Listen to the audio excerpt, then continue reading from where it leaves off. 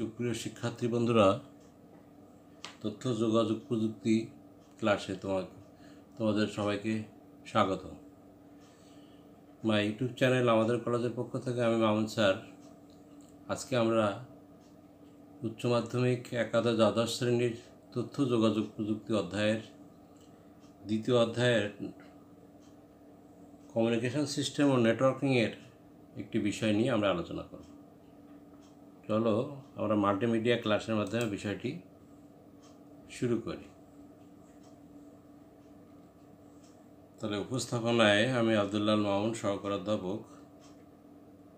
এখন আমরা চিত্রগুলো লক্ষ্য করি। শিক্ষার্থী বন্ধুরা খেয়াল করো, ছবিগুলো দিয়ে কিছু বোঝা যায় কিনা। আবার একটু পিছনের ছবির দিকে যাই। দেখো, ছবির দিকে আমরা খেয়াল করি। দেখো যে বিটগুলো এক জায়গা থেকে আরেক জায়গায় যাচ্ছে। দেখো, বিভিন্ন সেন্ডার থেকে রিসিভারের ডাটাগুলো কীভাবে যাচ্ছে বিভিন্নভাবে দেখাচ্ছে। এটা বাইনারি সিস্টেমের নিচে তিনটে ছবি দেওয়া আছে। দেখো, ডিজিটাল সিস্টেমে কীভাবে প্রেরক থেকে প্রাপকের কাছে ডাটা যাচ্ছে সেই বিষয়টা আমরা ছবিতে বুঝতে পারছি। তাহলে আজকে পাঠের বিষয় হলো ডাটা ট্রান্সমিশন মেথড।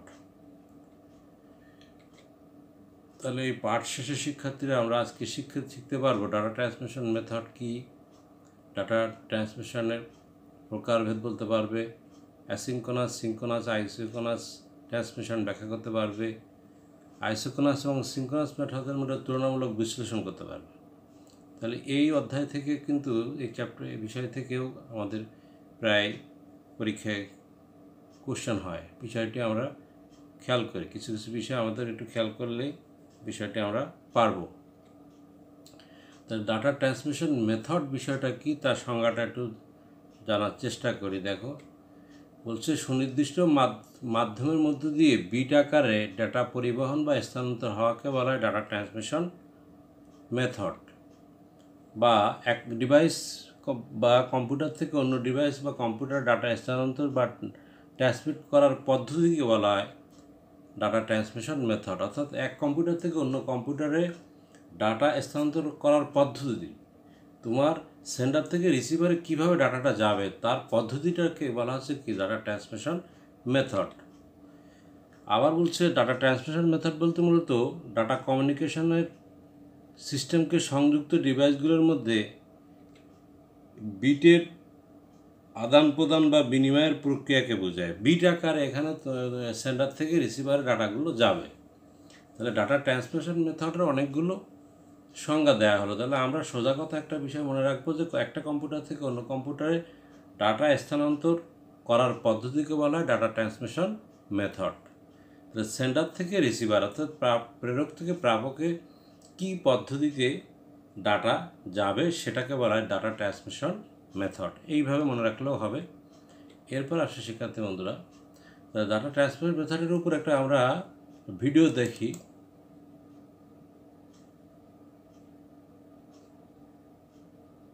ছবিটা খেয়াল করো।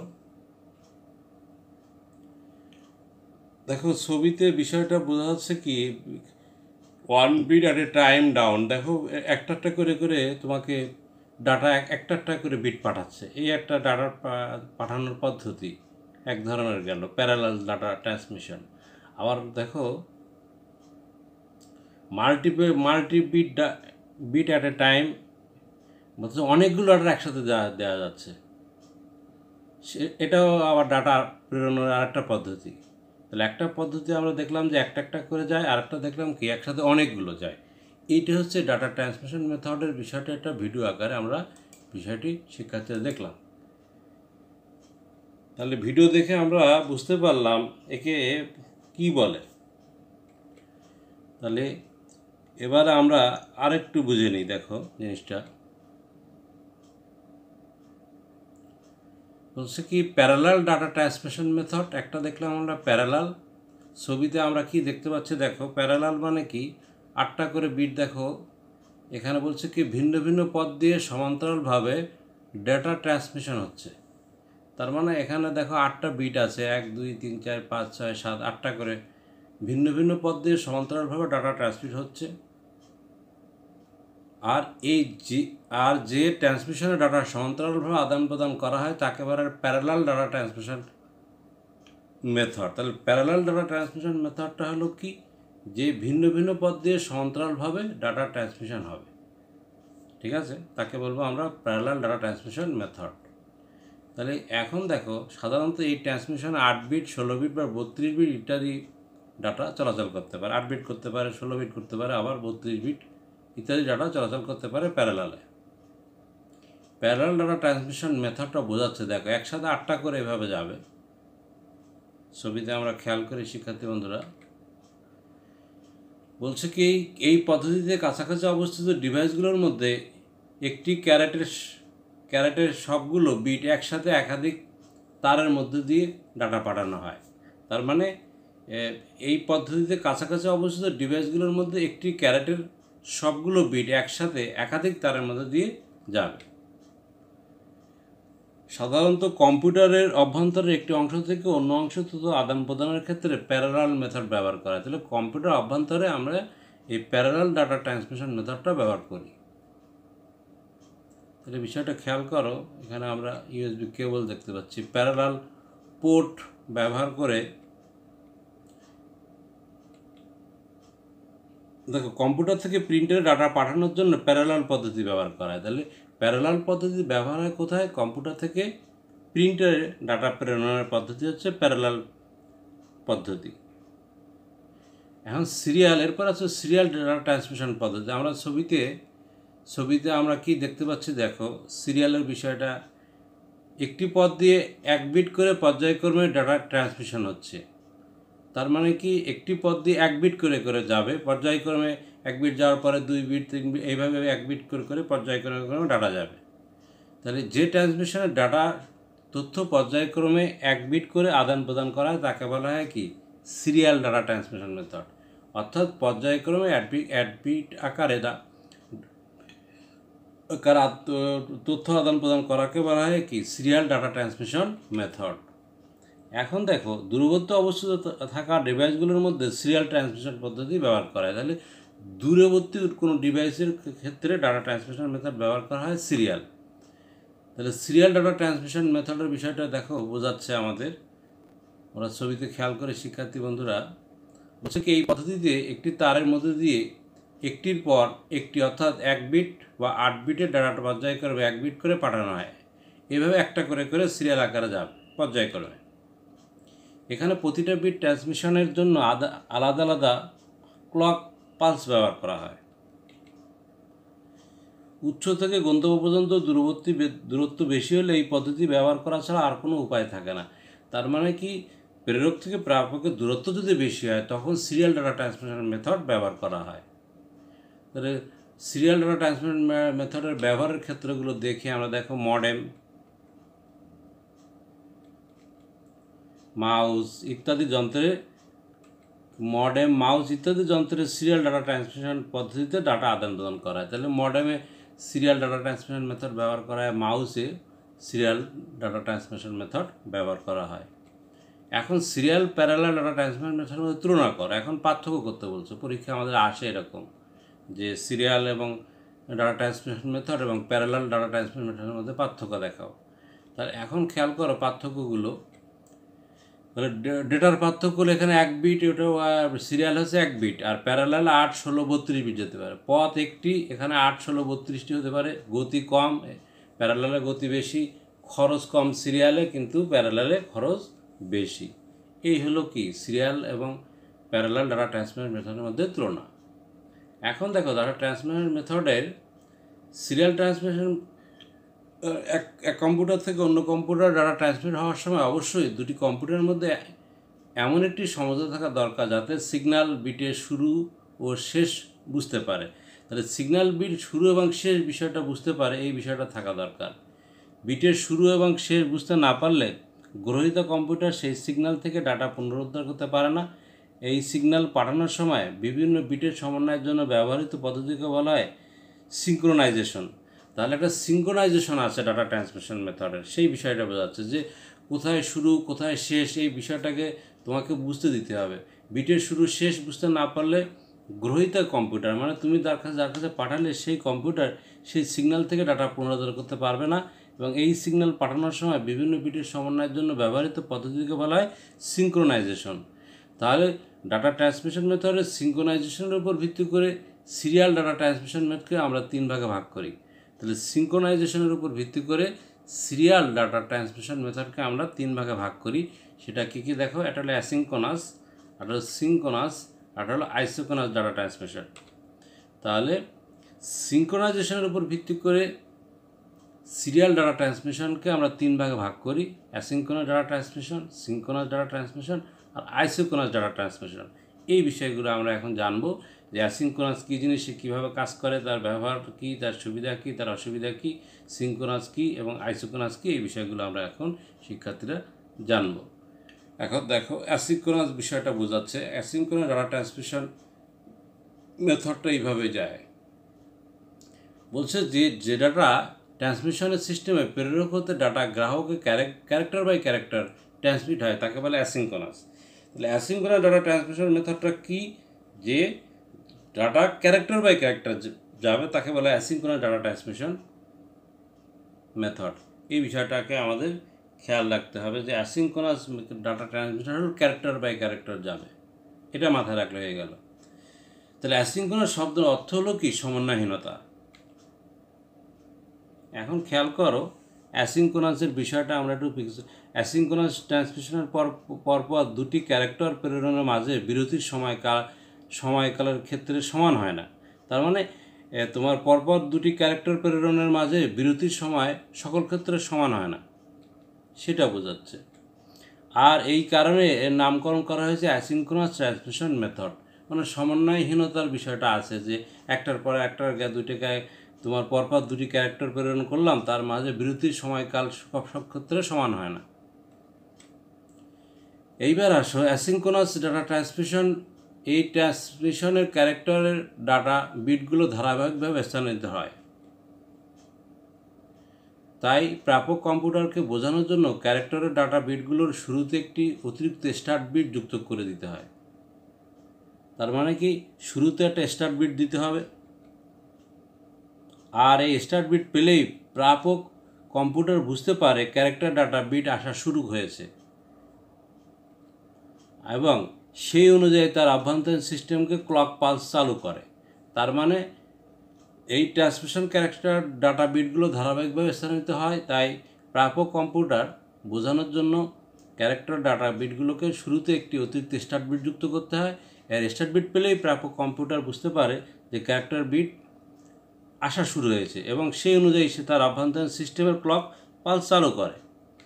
এখন দেখো বিষয়টা বোঝাচ্ছে যে ক্যারেক্টার ডাটা বিটগুলো পুরোপুরি স্থানান্তরিত হওয়ার পর এবং শেষ আবার অতিরিক্ত একটি বা দুটি স্টপ বিট যোগ করা হয়। তাহলে শুরু এবং শেষ দুটো বিষয় থাকবে। দেখো স্টার্ট বিট একটা থাকে আর মাঝখানে ডাটা থাকলো এবং লাস্টে আবার স্টার্ট বিট একটা স্টপ বিট আর একটা হলো স্টার্ট বিট, দুটো বিষয় থাকে। আর উক্ত স্টপ বিট পেলেই প্রাপক কম্পিউটার বুঝতে পারে ক্যারেক্টার ডাটা বিটগুলো আসা শেষ হয়েছে। তাহলে শুরুতেই একটা বিষয় আসে এবং শেষের একটা বিষয় আসে। ডাটা স্থানান্তরের এই প্রক্রিয়া স্টার্ট বিট এবং স্টপ বিট অপরিহার্য হওয়ায় এই ট্রান্সমিশন স্টার্ট ও স্টপ ট্রান্সমিশনও বলা হয়। তার মানে এই অ্যাসিঙ্ক্রোনাসের মধ্যে স্টার্ট এবং স্টপ দুটো বিটের বিষয় প্রয়োজন আছে। এখন দেখো বিষয়টা হলো কি, এভাবে কিন্তু বিষয়গুলো যায়। দেখো স্টপ বা স্টার্ট এবং ডাটা এবং স্টার্ট বিট দুটো এভাবে যাচ্ছে। তাহলে অ্যাসিঙ্ক্রোনাস ডাটা ট্রান্সমিশন সিস্টেম কিবোর্ডের প্রতি অক্ষর চাপার সাথে সাথে 8 বিটের একটি ডাটা উৎপন্ন হয়। এই 8 বিট ক্যারেক্টার ডাটাকে ট্রান্সমিশনের পূর্বে তার সম্মুখে একটি স্টার্ট বিট এবং শেষে একটি বা দুটি বিট স্টপ বিট সংযুক্ত করা হয়। ফলে প্রতিটি ক্যারেক্টার ডাটা 10 থেকে 11 বিটের ডাটায় রূপান্তরিত হয়ে ট্রান্সমিশন হয়। অ্যাসিঙ্ক্রোনাস ডাটা ট্রান্সমিশন অন্যদিকে ক্যারেক্টারের সময়ের ট্রান্সমিশনের সময় বিরতির সমান না হয় এই ডাটার স্থানান্তরের গতি হয় ধীর। তার মানে এখানে বিরতির সময় সমান না হয় কি আছে, এই ডাটা স্থানান্তর গতি খুব ধীর হয়, মানে স্লো হয় বিষয়টা, সেটাই বোঝাচ্ছে। তাহলে অ্যাসিঙ্ক্রোনাস ডাটা ট্রান্সমিশনের ব্যবহার ক্ষেত্রে দেখো কম্পিউটার থেকে প্রিন্টারে ডাটা স্থানান্তরের ক্ষেত্রে ব্যবহার হয়। তারপরে ব্যবহার হচ্ছে কিবোর্ড থেকে কম্পিউটারে ডাটা স্থানান্তরের ক্ষেত্রে ব্যবহার হচ্ছে। তারপরে ব্যবহার হচ্ছে 5 কার্ড রিডার হতে কম্পিউটার ডাটা স্থানান্তরের ক্ষেত্রে ব্যবহার হয়। তারপরে কম্পিউটার হতে কার্ড পাঞ্চে ডাটা স্থানান্তরের ক্ষেত্রে ব্যবহার হয়। প্রেরক এবং গ্রাহক যে কোনো সময় করতে পারে ডাটা স্থানান্তর ও ডাটা গ্রহণ। ডাটা ট্রান্সমিশনের জন্য প্রেরকের প্রয়োজন হয় না, কোনো প্রাইমারি স্টোরেজ ডিভাইসের প্রয়োজন হয় না। এর সুবিধা কি? এটি ইনস্টলেশনের ক্ষেত্রে হয়ে থাকে ব্যয় অনেক কম, মানে ইনস্টলেশন খরচ কম। এই পদ্ধতিটি বেশি উপযোগী অল্প করে ডাটা স্থানান্তরের প্রয়োজন এমন পরিবেশে এটা ব্যবহার করা হয়, যেমন ইন্টারনেট। তাহলে অ্যাসিঙ্ক্রোনাসের সুবিধাগুলো কি কি? যখন ডাটা স্থানান্তরের কাজ বন্ধ থাকে তখন ট্রান্সমিশন মাধ্যমটি অকারণে অব্যাহত অবস্থায় পড়ে থাকে, যা মাইক্রোওয়েভ বা স্যাটেলাইটের মাধ্যমের ক্ষেত্রে অত্যন্ত ব্যয়বহুল। সিঙ্ক্রোনাস ট্রান্সমিশনের তুলনায় দক্ষতা কম, ডাটা ট্রান্সমিশনের গতি কম। তাহলে এগুলো কিন্তু অসুবিধা। এখানে উপরে ভুলে লেখা আছে সুবিধা, এগুলো হচ্ছে তার অ্যাসিঙ্ক্রোনাস ডাটা ট্রান্সমিশনের অসুবিধাগুলো বলা আছে। এখন আসো synchronous data transmission methods. Synchronous বিষয়টা দেখো, ডাটা কিভাবে যায় সেই বিষয়টা দেখাচ্ছে। তাহলে ব্লক বা packet by packet data transmission হয় সিঙ্ক্রোনাস ডাটা ট্রান্সমিশনে। তাহলে ক্যারেক্টার বাই ক্যারেক্টার হলো অ্যাসিঙ্ক্রোনাস, আর সিঙ্ক্রোনাসের ডাটা যায় হলো ব্লক বা প্যাকেট বাই প্যাকেটে ডাটা ট্রান্সমিশন হয়। এই বিষয়টা মাথায় রাখতে হবে যে ডাটা ট্রান্সমিশনের ব্যবস্থায় প্রেরক স্টেশনে প্রথমে ডাটাকে কোনো প্রাথমিক স্টোরেজ ডিভাইসে সংরক্ষণ করে নেয়। তার মানে এই ডাটা ট্রান্সমিশন মেথডের জন্য কি একটা প্রাইমারি স্টোরেজ প্রয়োজন হবে। তোমার প্রথমে ডাটাটা তোমার প্রাথমিক স্টোরেজ হবে, তারপরে সেখান থেকে ডাটাটা অন্য জায়গায় যাবে। এই জন্য এটা সিঙ্ক্রোনাস ডাটা অথবা ডাটা ক্যারেক্টার সমূহকে ব্লক, যাতে প্যাকেট বা ফ্রেমে বলা হয়, আকারে ভাগ করে প্রতিবার একটি করে ব্লক ট্রান্সমিট করা হয়, তাকে বলা হয় সিঙ্ক্রোনাস ট্রান্সমিশন বলা হয়। তাহলে কি এখানে ব্লক আকারে বা প্যাকেট আকারে তোমার তথ্যগুলো একসাথে প্যাকেট করে করে নিয়ে বা ব্লক আকারে ট্রান্সমিট করে দিয়ে দেবে। তাহলে সিঙ্ক্রোনাস ট্রান্সমিশন শব্দের অর্থ হলো কি? সমন্বয়, যুক্ততা। এই ট্রান্সমিশনে প্রতিটি ডাটা ব্লক, প্রতি ব্লকে 80টি থেকে 132টি ক্যারেক্টার থাকে। একটি নির্দিষ্ট সময় অন্তর অন্তর ট্রান্সমিশন হয়। আর এর কারণে নামকরণ করা হয়েছে সিঙ্ক্রোনাস ট্রান্সমিশন মেথড। এই পদ্ধতিতে প্রেরক কম্পিউটার ডাটা প্যাকেটের সাথে কতিপয় টাইমিং সিগন্যাল জুড়ে দেয়। ডাটা কেবলের মধ্যে দিয়ে চলতে চলতে যদি কোনো ক্রমে কোনো ত্রুটি সৃষ্টি হয় বা মান অক্ষুণ্ণ না থাকে, তাহলে এই টাইমিং সিগন্যালের ধনাত্মক ঋণাত্মক চিহ্ন রূপ পরিবর্তন হয়। তার মানে কি, যদি কোনো ত্রুটি দেখা যায় তাহলে সে একটা সিগন্যাল দেয়, সেই বিষয়টা বোঝাচ্ছে। এর মাধ্যমে কেবলের মধ্যে দিয়ে চলাচল করে ডাটার মান নিশ্চিত করা হয়। তাহলে এই ট্রান্সমিশনের ক্যারেক্টার ডাটা বিটের শুরুতে স্টার্ট এবং শেষ বিট না থাকায় অনবরত চলতে থাকে, এর গতি অনেক দ্রুত হয়। এখানে কিন্তু স্টপ বিট বা স্টার্ট বিট দুটো কোনো বিটের কোনো প্রয়োজন হয় না, এটা অনবরত ডাটাগুলো চলতে থাকে, যার জন্য এর স্পিডটা বেশি হয়। দেখো বিষয়টা ছবি আকারে দেখানো হচ্ছে। তাহলে এই ট্রান্সমিশনে প্রতিটি ব্লকের শুরুতে একটি হেডার বা 2 বাইট এবং শেষে একটি ট্রেলর 2 বাইট। তার মানে একটা হেডার একটা ট্রেলর দুইটা বিষয় থাকে এই জায়গায়। ইনফরমেশন সিগন্যাল সংযুক্ত করা হয়। দেখো এইভাবে সিঙ্ক্রোনাস ডাটা ট্রান্সমিশন মিট এইভাবেই যায়, কিন্তু ডাটাগুলো এইভাবে ব্লক আকারে বা প্যাকেট আকারে একসাথে নিয়ে চলে যায়, সিঙ্ক্রোনাসের কাজ।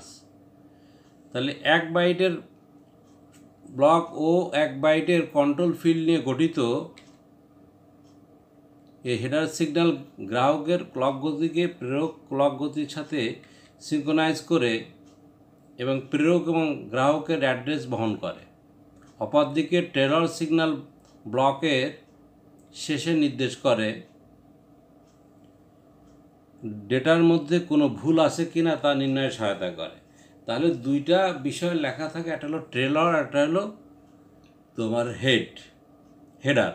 তাহলে হেডার হলো কি, যে প্রেরক এবং গ্রাহকরা অ্যাড্রেস বহন করে। হেডারটা হলো অ্যাড্রেস বহন করে, আর টেলারটা হলো ওর মধ্যে কোনো ত্রুটি আছে কিনা সেটা সে নির্ণয় করে, এটা বোঝাচ্ছে। তাহলে সিঙ্ক্রোনাস ট্রান্সমিশনের দক্ষতা অ্যাসিঙ্ক্রোনাসের তুলনায় অত্যন্ত বেশি, সুবিধা হয়। এবার সিঙ্ক্রোনাসের কথা সুবিধাগুলো বলছে। স্টার্ট এবং স্টপ বিট না থাকায় ট্রান্সমিশন কার্য যেহেতু অনবরত চলতে থাকে, ফলে তার ট্রান্সমিশনের গতি বেশি হয়। প্রতি ক্যারেক্টারের পর প্রয়োজন হয় না টাইম ইন্টারভেলের, এবং প্রতি ক্যারেক্টারের স্টার্ট এবং স্টপ বিটের প্রয়োজন হয় না। এই পদ্ধতি তুলনামূলকভাবে সময় কম লাগে। এর অসুবিধাগুলো কি খেয়াল করো। সিঙ্ক্রোনাইজের অসুবিধা হলো প্রাথমিক সংরক্ষণ ডিভাইসের প্রয়োজন হয়, ফলে এটি তুলনামূলকভাবে ব্যয়বহুল। তার মানে একটা স্টোরেজ লাগবে, তার জন্য একটা ডিভাইস লাগবে। কম্পিউটার থেকে এর ব্যবহার, কম্পিউটার থেকে কম্পিউটার ডাটা কমিউনিকেশনে, দূরবর্তী কোনো স্থানে ডাটা স্থানান্তরের ক্ষেত্রে। তারপরে বলছে কি, একই সাথে অনেকগুলো কম্পিউটার ডাটা স্থানান্তরের ক্ষেত্রে ব্যবহার হয়। তাহলে অ্যাসিঙ্ক্রোনাস এবং সিঙ্ক্রোনাস ট্রান্সমিশনের মধ্যে তুলনা। তাহলে দেখো, এগুলো আমরা যেগুলো আলোচনা করলাম এই দুটোর মধ্যে পার্থক্য আমাদের দেয়া আছে এখানে। এরপর আসো isochronous data transmission. Isochronous data transmission method হলো সিঙ্ক্রোনাস ট্রান্সমিশন পদ্ধতি ও আইসোক্রোনাস ট্রান্সমিশন পদ্ধতি একটি সমন্বিত রূপ, মানে দুইটাকে মিক্সিং করে একটা। যেখানে সিঙ্ক্রোনাস ট্রান্সমিশনের মতো ব্লক আকারে এবং আইসোক্রোনাস ট্রান্সমিশনের মতো প্রাইমারি স্টোরেজ ডিভাইসের ডাটা সংরক্ষণ না করে এবং প্রায় কোনোরূপ বিরতি ছাড়াই যখন প্রয়োজন তখন ডাটা পাঠানো যায়, অর্থাৎ এই ট্রান্সমিশনের পরপর দুটি ব্লকের ডাটা ট্রান্সমিশনের মধ্যবর্তী সময় সুষম সর্বনিম্ন প্রায় 0 একক রাখার চেষ্টা করা হয়।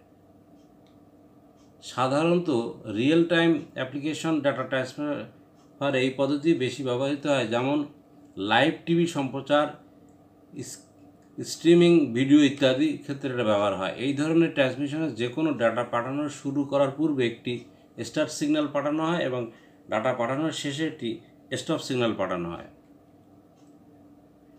আর এই স্টার্ট এবং স্টপ সিগন্যাল দিয়ে ডাটার সমন্বয় সাধন করা হয়। তাহলে আইসোক্রোনাস পদ্ধতিতে নির্দিষ্ট সময়সীমা সত্ত্বাধীনে ডাটা পুনঃপ্রেরণ সম্ভব নয় বলে ডাটা প্রেরণের ক্ষেত্রে ভুল ত্রুটি শনাক্ত করা যায় না। তাছাড়া এই ট্রান্সমিশন পদ্ধতি প্রেরক পাঠানো ডাটা ব্লক প্রাপকের নিকট সঠিকভাবে পৌঁছায় কিনা তা পরীক্ষা করে দেখার উপায়ও এবং ভুল সংশোধনের ব্যবস্থা নাই। এটা অসুবিধার কথা বলছে। এই জন্য সকল ক্ষেত্রে এটা নির্ভরযোগ্য পদ্ধতি নয়। তাহলে এখন আমরা যেটা শিখলাম, দেখো বলছে লাইন ইন্টারফেসের উপর ভিত্তি করে ডাটা ট্রান্সমিশনকে কয় ভাগে ভাগ করা যায়। তার অলরেডি আমরা শিখছি 3 ভাগে ভাগ করা যায়: অ্যাসিঙ্ক্রোনাস, আইসোক্রোনাস, অ্যাসিঙ্ক্রোনাস আর আইসোক্রোনাস। তাহলে আমরা এই অ্যাসিঙ্ক্রোনাস ডাটা ট্রান্সমিশনের বৈশিষ্ট্যগুলো দেখাও। যদি আমরা দুটো ধরে ভাগ করে সিঙ্ক্রোনাসের বৈশিষ্ট্যগুলো লেখো। তাহলে আজকে শিখলাম ডাটা কমিউনিকেশন মেথড কী, সিঙ্ক্রোনাস ট্রান্সমিশন অ্যাসিঙ্ক্রোনাস ট্রান্সমিশন দ্রুত কেন, সিঙ্ক্রোনাস অ্যাসিঙ্ক্রোনাস ট্রান্সমিশনের তুলনামূলক বিশ্লেষণ আমরা শিখলাম।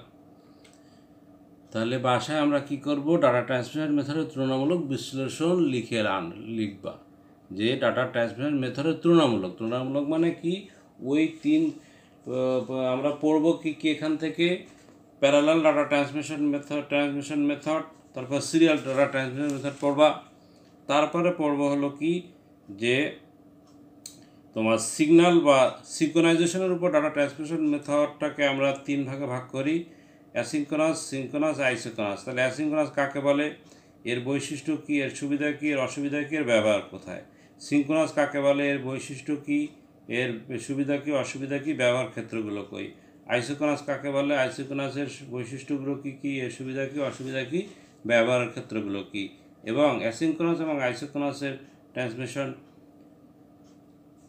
মেথডের মধ্যে পার্থক্যগুলো আমরা পড়ে ফেলব।